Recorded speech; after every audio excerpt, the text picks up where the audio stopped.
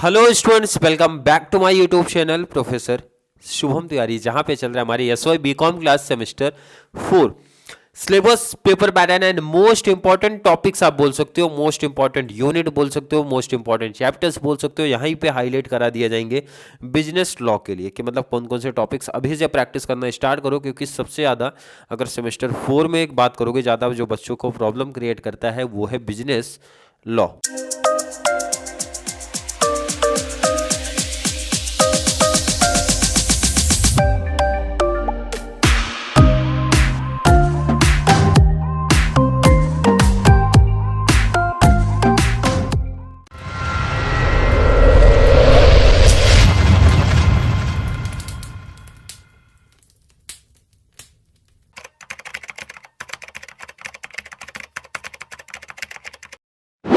अब यहाँ पे ध्यान रखना कि ये क्योंकि इसमें ऑब्जेक्टिव नहीं आता, सबसे बड़ी प्रॉब्लम ये है।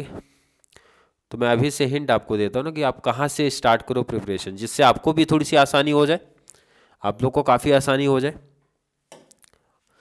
Unit 1 Indian companies act 2013 part 1 क्या दिया है? पार्ट 1 दिया है, इसका मतलब पार्ट 2 भी होगा यूनिट 2। और हर एक यूनिट से ध्यान रखना एनी 2 आउट ऑफ 4, मतलब 4 क्वेश्चन दिए जाएंगे, कोई 2 कवर करो। ये एक एडवांटेज है कि 2 ऑप्शन में दिख रहा है। और कितने नंबर का? 20 का। कितने का? 20 का। यहां पे भी यही पैटर्न बोल रहे हैं, एनी 2 आउट ऑफ 4 20। क्लियर है कि नहीं है? 1 एंड 2 की पहले मैं बात नहीं कर रहा हूं, सीधा टॉपिक वहां से स्टार्ट मैं आपको करता हूं ना, जो वर्ड आपने सुना हुआ है। और आपको अगर जिन बच्चों का बिजनेस लॉ वीक है, जैसा मेरा था, मेरा अभी भी है, मैंने उसके बाद से बिजनेस लॉ प्रैक्टिस किया नहीं है, तो सबसे बेस्ट है कि भैया वैसे ऑप्शन को सिलेक्ट कर लो जो आपने सुना हुआ है। जैसा कि मैं पिक करता था कि जो सब्जेक्ट है मीन्स इंडियन पार्टनरशिप एक्ट 1932, थोड़ी बहुत इंफॉर्मेशन आपने पार्टनरशिप फाइनल अकाउंट में सुनी है, ओसीएम में भी सुना था, तो ये कॉन्सेप्ट थोड़ी सी इजी बनेगा, मीन्स थोड़ा एक्स्ट्रा डिटेल अपने को पढ़ना पड़ेगा। और यहाँ पे भी क्या पैटर्न चलेगा? सेम, एनी 2 आउट ऑफ 4 और कितने नंबर का? 20 मार्क्स का। तो ऑब्जेक्टिव पहले ये रहता है कि ये 20 मार्क्स पहले आप सिक्योर करो, मतलब इसको साइड करो। तो इसके लिए देखो, जब इसके अंदर टाइप्स में मीन्स इसके अंदर भी सब पार्ट्स बनते हैं हमारे, जैसा कि पहले पार्टनरशिप का पूरा डिटेल है, उसके क्या फीचर्स है, कितने टाइप्स के पार्टनर्स हैं और उनकी क्या रिस्पॉन्सिबिलिटीज है, मतलब काफ़ी माइनर पार्टनर क्या है, काफ़ी डिटेल्स आपको क्वेश्चन में देखने मिलते हैं। तो ये टॉपिक आप प्रैक्टिस करना, क्योंकि यहाँ से ध्यान से सुन लो, 4 क्वेश्चन में से एक क्वेश्चन आपका यहाँ से आएगा और ये टॉपिक आपने पहले से काफ़ी ज़्यादा पढ़ा है।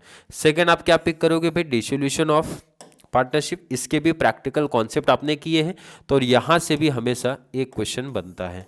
और बाकी रिमेनिंग जो बचेगा यहाँ से भी एक एक क्वेश्चन आएगा, बट ऑब्जेक्टिव हमारा है ये 2 क्वेश्चन, और ये 2 क्वेश्चन आपको यही 2 टॉपिक देने वाले हैं। इसका मतलब है इन 2 टॉपिक की अच्छे से प्रैक्टिस आप कर लो। इसको आप लिमिटेड लायबिलिटी पार्टनरशिप को ऑप्शन में भी रख सकते हो, कोई प्रॉब्लम नहीं है, मैं यहाँ कट कर सकते हो, ऑप्शन में रख सकते हो। Extend to LLP means limited liability partnership, इसको आप साइड में कर सकते हो। ये 2 क्वेश्चन की अगर आप प्रैक्टिस कर लिए तो आपका ये 20 मार्क्स हो जाता है क्लियर। ये टॉपिक्स इसलिए मैं पहले स्टार्ट किया, मीन्स पहले इसलिए बता रहा हूँ क्योंकि हर एक बच्चे ने इसके साथ थोड़ा बहुत कनेक्ट तो होंगे, चाहे वो अकाउंट्स में हुए होंगे या फिर ओसीएम में हुए होंगे। ये टॉपिक करने के बाद, ये 20 मार्क्स क्लियर करने के बाद आपको आना है सेकेंड, तो थोड़ा बहुत इंफॉर्मेशन आपको है इधर पे आना है। किस पे? यूनिट नंबर 4 पे आना है। Unit number 4 consumer protection act 1986 and competition act 2002 है।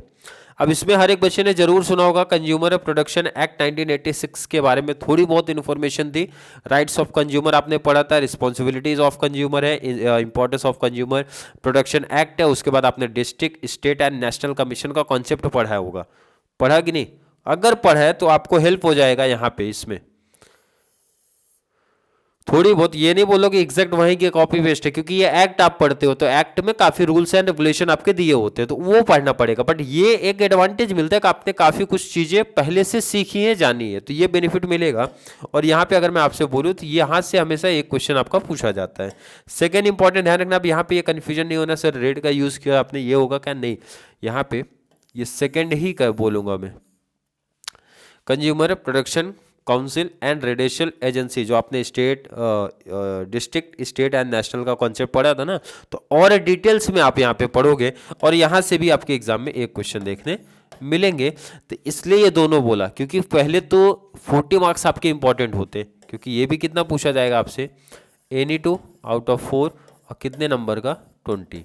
और देखो इधर ये 4 टॉपिक आप अच्छे तरीके से कवर करोगे, 40 मार्क्स आपका क्लियर हो जाएगा, 20 यहाँ का 20 उधर का, और बाकी ये जो बैलेंस बचा है नहीं भी कर रहे हो तो भी कोई प्रॉब्लम नहीं आने वाली, आपके 2 कवर हो जाएंगे। क्लियर है कि नहीं? अब ये होने के बाद आपको क्या करना है, यूनिट 5 पे आना है। यूनिट 5 पे आना है और यूनिट 5 पे सबसे इंपॉर्टेंट टॉपिक्स में से एक है ट्रेडमार्क का कॉन्सेप्ट, इसको कवर करना है। ट्रेडमार्क के बारे में थोड़ी बहुत इन्फॉर्मेशन थोड़ा सुना होगा, बहुत तो नहीं बट थोड़ी बहुत इन्फॉर्मेशन सुनी है, तो बेनिफिट्स मिलेगा, डिटेल्स पढ़ना है उसका। इसके बाद और इम्पॉर्टेंट में से पेटेंट का है, मतलब यहाँ से एक क्वेश्चन आप बोल सकते हो कि एक क्वेश्चन यहाँ से पूछा जाएगा, एक क्वेश्चन आपका यहाँ से पूछा जाएगा, तो ये कवर हो गया आपका एनी 2 आउट ऑफ 4 कितने, 20। तो ये 60 मार्क्स सबसे पहले आपको कवर करने हैं।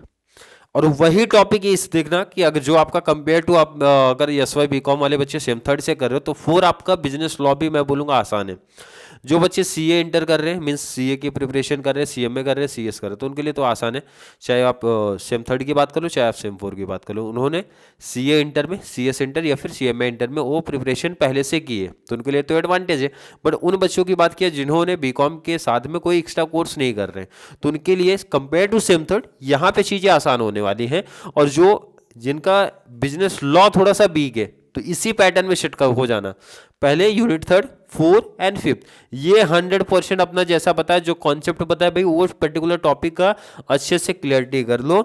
बाकी ये कॉपीराइट का कॉन्सेप्ट एंड ये अपने प्रॉपर्टी राइट्स नहीं भी करोगे तो भी आपके 2 क्वेश्चंस कवर हो जाएंगे, 20 मार्क्स आपको मिल जाएगा। ये क्लियर होने के बाद ध्यान से सुन लो, ये तीनों में 2-2 टॉपिक्स करने के बाद, क्योंकि सबसे बड़ी प्रॉब्लम यही है कि जब उसका डिटेल्स बच्चे पढ़ने बैठते हैं, सर पता चला इसमें 6 क्वेश्चन है, इसके अंदर 4 क्वेश्चन है, इसके अंदर 8 क्वेश्चन है, इसके अंदर 10 क्वेश्चन है, तो आपको समझना जरूरी है कि सीधा आप लोग इस बेस पे जा रहे हो, नहीं तो अदरवाइज वैसे भी मुझे एंडिंग में लास्ट में वही आना पड़ेगा कि बच्चे बोलते सर ये कॉन्सेप्ट वाला नहीं क्लियर हो पा रहा है, मुझे सिर्फ मोस्ट इंपॉर्टेंट क्वेश्चंस आप दे दो, वो बेस्ट होगा।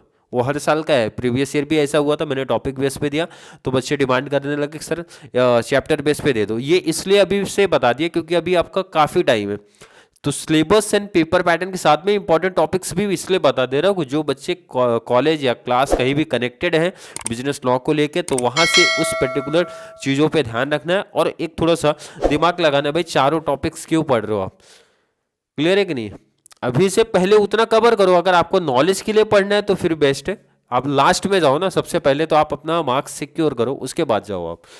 ये होने के बाद जिन बच्चों के पास टाइम बचेगा ना, फिर आना ये जो पार्ट हमने छोड़ा है इधर पे, इंडियन कंपनीज एक्ट 2013 पार्ट 1, जिसमें से पहला है कंपनीज, कंपनी का डिटेल पढ़ना है, जिसमें आपको कंपनी का फीचर्स क्या है उसके बारे में है, कितने क्लासिफिकेशन क्या है उसके टॉपिक्स के बारे में है। बट मैं सजेशन करूँगा कंपनीज का पहला पार्ट पढ़ना, क्लासिफिकेशन वाला पार्ट मत पढ़ना क्योंकि इसमें नंबर ऑफ क्वेश्चंस बहुत ज़्यादा दिखने मिलते हैं। आपको प्रोस्पेक्टस पे आ जाना है क्योंकि यहाँ पे नंबर ऑफ क्वेश्चंस आपके काफ़ी कम दिखाई देते हैं, तो मतलब यहाँ से एक क्वेश्चन आपका कवर हो जाएगा और ये प्रोस्पेक्टस से आपका एक क्वेश्चन कवर होता है। क्लियर है? लास्ट में आपको आना है सेकेंड पे, means Indian companies act 2013 part 2। Part 2 में भी 3 पार्ट निकल के आ रहे हैं, member of A company, director and meeting last है आपका, जिसमें से member of A company suggestion है ये कवर करो, डायरेक्टर एंड मीटिंग में से कोई भी एक कवर कर सकते हो। मीटिंग से बेसिकली हमेशा क्वेश्चन बने हैं, 2-2 क्वेश्चन कभी मीन्स कुछ ईयर में आपके 2-2 क्वेश्चन यहाँ से बने हैं, तो ये बेनिफिट्स आपका रहेगा कि एक क्वेश्चन आपका यहाँ से बन जाएगा, एक क्वेश्चन आपका यहाँ से बन जाएगा। तो कॉन्सेप्ट, मेथड, सिलेबस जो भी था आपको समझ में आया होगा और किस वे से जाना है वो समझ में आया होगा। पेपर पैटर्न क्या है, पेपर पैटर्न भी जरा आप देख लो इसका।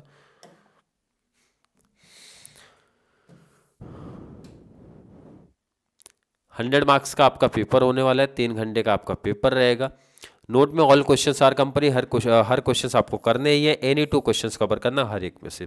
मॉड्यूल 1 में A B C D 4 questions बनेंगे 20 मार्क्स से। क्वेश्चन नंबर 2 मॉड्यूल 2 से बनेंगे, क्लियर लाइन टू लाइन ही बनने वाला है, 1 2 3 4 5। और अभी यहाँ फिर से मैं हाईलाइट कर दूं, सबसे पहले आपको क्वेश्चन नंबर 3 से ही स्टार्ट करना है। ए बी सी डी चारों पढ़ने की जरूरत नहीं, जब हमें 2 कवर करना है तो 2 कवर कर लेना, जो मैंने क्लियर मेंशन कराए थे उनकी बात कर रहा हूँ।